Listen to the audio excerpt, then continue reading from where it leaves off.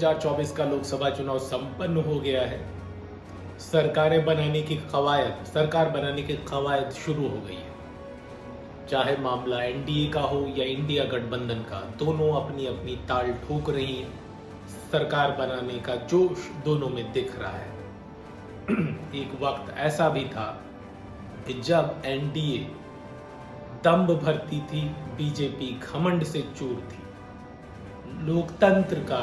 लोकतंत्र की यही खूबसूरती है, खासकर भारत के लोकतंत्र की, जहां पर कई ऐसे महारथी को यहाँ की जनता ने धूल चटा दी। बड़े बड़े 30 मार खां यहाँ चुनाव लड़े, जीते, और जब जनता के सर पर बैठने लगे तो जनता ने उन्हें सर से ऐसा जमीन दोज किया कि फिर उठ नहीं पाए। कईयों की राजनीतिक करियर को इसी जनता ने नेस्त नाबूद कर दिया है।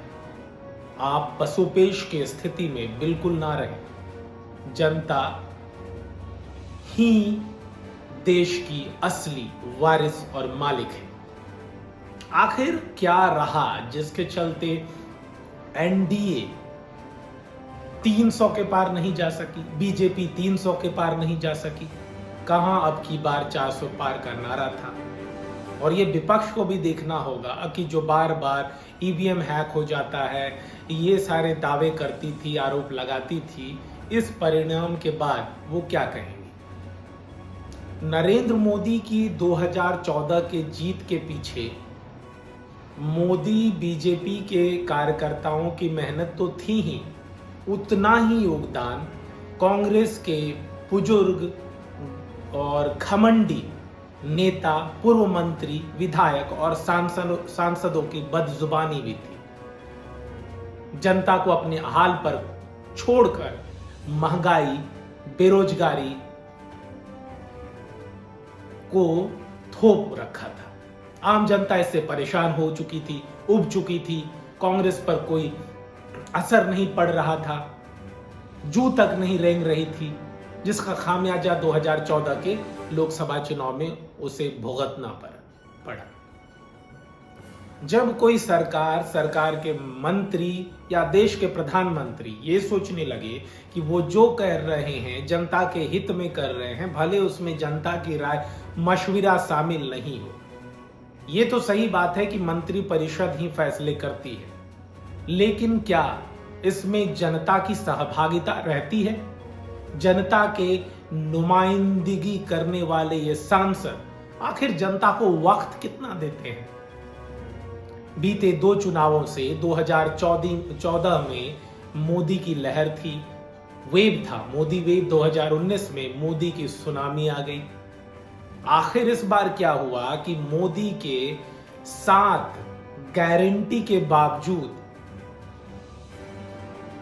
ऐसी हालत हो गई एनडीए की, ऐसी हालत हो गई बीजेपी की, क्योंकि बीजेपी के अधिकांश सांसद इस बात से आश्वस्त थे कि अगर मोदी बोल रहे हैं, मोदी है तो मुमकिन है, और मोदी अब की बार 400 पार। साथ ही बीजेपी की आईटी सेल का एकजुट रहना और कदम ताल करना। इसके बावजूद जनता ने कोई तरस नहीं खाया और मुंह की खानी पड़ी है बीजेपी को।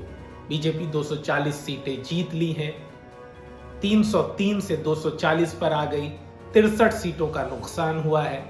कांग्रेस जो कि 50 के आसपास गिरती पड़ती 2 लोकसभा चुनाव में दिखी थी, आखिरकार वो शतक लगाने के करीब आ गई। अगर यूं कहें, बोल भी सकते हैं आपकी उसने शतक लगा दिया। अगर निर्दलीय बिहार के सांसद पप्पू यादव पूर्णिया से जीते हैं, उनको शामिल कर लें और वो कांग्रेस में ही शामिल होंगे, तो कांग्रेस ने देश भर में 100 सांसद जिता लिए, सांसदों का शतक लगा दिया। बीते 10 साल से ऐसा सूखा पड़ा था कांग्रेस में, जिसकी बानगी आपने कई विधानसभा और बीते 2 लोकसभा चुनाव में देखी होगी। घमंड भारत में किसी बड़े नेताओं का नहीं चला। बिहार के सरकार की बात करें तो एक वक्त ऐसा आया कि जब लालू प्रसाद अपने क्षेत्र और राज्य की जनताओं से रूबरू होने से कतराने लगे और अहंकार में चूर हो गए। आखिरकार उनकी जात जमात के वोटरों ने ही उन्हें ऐसा सबक सिखाया कि 2005 से 2025 तक के लिए राजद अकेले बहुमत का आंकड़ा नहीं छू पाई। बीते 20 साल से या लगभग 18 साल से सत्ता से दूर है। राजद का बीते 20 साल से कोई मुख्यमंत्री नहीं हुआ है। तो ये देखने की बात है कि आखिर बीते चुनावों में बिहार में आखिर राजद को उन्हीं के समर्थकों ने 2005 में शिकस्त देने में कितना बड़ा योगदान दिया। इसी तरह से एनडीए में फिलहाल नरेंद्र मोदी और अमित शाह और योगी आदित्यनाथ के घमंड ने बीजेपी को फिलहाल के लिए कह सकते हैं ले डूबा। जनता से रूबरू होने से इनके पार्टी के सांसद, विधायक, मंत्री, विधान परिषद सदस्य कतराते दिखे और एसी के कमरों में गप्पे फरमाते दिखे। बिहार में ही बीजेपी के कितने निवर्तमान सांसदों को वहां की स्थानीय जनता ने यह कह के भगा दिया कि बीते 5 साल में आप तो दिखे ही नहीं। यूपी ने बीजेपी को आईना दिखाया है। अखिलेश यादव समाजवादी पार्टी के राष्ट्रीय अध्यक्ष, सपा के मुखिया, उन्होंने अकेले अपने दम पर देश की तीसरी पार्टी सपा को बना दी है। 37 लोकसभा सदस्य चुने गए हैं। यूपी की भी सबसे बड़ी पार्टी समाजवादी पार्टी बन गई है, जहां उसे 37 लोकसभा सीटों पर जीती है। वहीं बीजेपी ने यूपी में 36 सीटों पर जीत दर्ज की है। यूपी में कांग्रेस को 6 सीटें और बिहार में 3 सीटें मिली हैं। 40 के मुकाबले 3, 80 के मुकाबले 6, तो मिला जुला के समानुपाती हाल रहा है। अब कांग्रेस को सचेत रहने की जरूरत है। एक तरह से कहें तो ये कांग्रेस पार्टी में बीते कुछ वर्षों में जो हुआ है वो सही निर्णय रहा है कि यहां इस पार्टी के बुजुर्गों को किनारा किया गया, या तो वो पार्टी छोड़ के चले गए। अगर छोड़ के चले गए तो वापस बुलाने मनाने की भी कोई कवायद नहीं शुरू की गई, क्योंकि इन नेताओं ने ही बंटाधार किया हुआ था कांग्रेस। 2014 में जब नरेंद्र मोदी की सरकार बन रही थी तो उस वक्त कांग्रेस के नेता Manishankar Iyer, senior most leader, इनके बयान ने कि अब चाय वाला पीएम बनेगा ने बुरा असर डाला कांग्रेस के ये बीजेपी के पक्ष में बयान चला गया। यूपी में सपा के आजम खान ने कई बयानबाजी की। इस बार भी सैम पित्रोदा, जो कि इंटरनेशनल कांग्रेस के अध्यक्ष हैं, उन्होंने भी ऐसे ही बयानबाजी करके कांग्रेस के बंटाधार करने की एक कोशिश कर दी थी। तो लबो लुबाब ये है, मिला जुला के ये बात है सारांश में कि कांग्रेस के नेताओं को फिर से वही गलती नहीं करनी है, घमंड में चूर नहीं होना है, जमीन पर रहना है, जमीनी तौर पर कार्य करना है और फिर अपनी बाँछें खिली हों बट अपनी बड़े बड़े दावों को नहीं करना है। कांग्रेस के 100 के करीब पहुंचने का रीजन, जहां देश भर में महंगाई रही, बेरोजगारी रही, पलायन रही, वहीं पर राहुल गांधी की आम जनों से संपर्क और उनके भाषण में आए सुधार को भी कारण माना जा सकता है। जहां पहले 2014 से 22 तक राहुल गांधी के भाषणों में वो दम नहीं दिखता था, लच्छेदार भाषण नहीं होता था, बोलने का कुछ बोलते थे कुछ, या बोलने की कोशिश करते थे कुछ और बोल जाते थे कुछ, जिसका कई अर्थ निकल जाता था, जो कांग्रेस को नुकसान का कारण रही।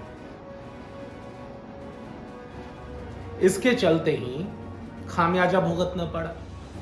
फिलहाल राहुल गांधी काफी अच्छे वक्ता हो गए हैं, उनमें वाक्पटुता आ गई है, उनमें जो है वो आत्मविश्वास भरा हुआ है, कॉन्फिडेंस के साथ बोलते हैं। वहीं पर मोदी जी के भाषणों का स्तर नीचे गिर गया। इस बार के लोकसभा चुनाव में कि अगले 5 साल क्या बड़ा कार्य करेंगे, ये कहने के लिए नरेंद्र मोदी के पास कुछ था नहीं। नरेंद्र मोदी बस ये बोलते रहे कि इस बार हमें मौका दीजिए, कुछ बड़ा करेंगे। क्या बड़ा करेंगे वो बोल नहीं रहे थे। राम मंदिर के निर्माण के बाद बीजेपी आश्वस्त थी कि भाई इस बार 400 पार हो ही जाएगा। वहीं पर यह गौर करने वाली भी बात है कि आखिर महंगाई जो बढ़ी, जहां सिलेंडर 500 से 1200 तक चला गया, पेट्रोल 70 से 120 तक चला गया, सब्जियां फल ये सारे महंगे हो गए, होटलों में खाना महंगा हो गया, 2500 की उड़ान की बात जो थी वो और फ्लाइट्स और महंगी हो गई। हालांकि इन सब पे कोरोना का भी असर रहा, बट ये देखने वाली बात ये भी होगी कि कहीं कोरोना के चलते भी कई सारे वोटर जो निम्न तबके थे वो बीजेपी से छिटक तो नहीं गए। पिछली लोकसभा चुनाव में जो राष्ट्रवाद के नाम पर पिछड़ों ने वोट कर दिया था बीजेपी को, वो छिटक तो नहीं गए। तो कांग्रेस को जमीन पे पांव बिछा के रखना है, आम मतदाताओं से सड़कों पे मिलना है, उनके क्षेत्र में जाकर उनसे बातचीत करनी है, समस्याओं से रूबरू होना पड़ेगा। तब जाके 2029 में एक बेहतर सरकार दे पाएगी। हालांकि 2024 में भी वो सरकार बनाने की कवायद करे और बन जाए तो बेहतर, नहीं बने तो और बेहतर। बीजेपी के एनडीए गठबंधन अगर सरकार बनाती है तो उनके लिए उनको ढेर सारी शुभकामनाएं। आप देख रहे थे news trial Bharat. News trial Bharat को अगर आपने अब तक सब्सक्राइब नहीं किया है तो सब्सक्राइब करें, लाइक करें, शेयर करें, कमेंट करना नहीं भूलें।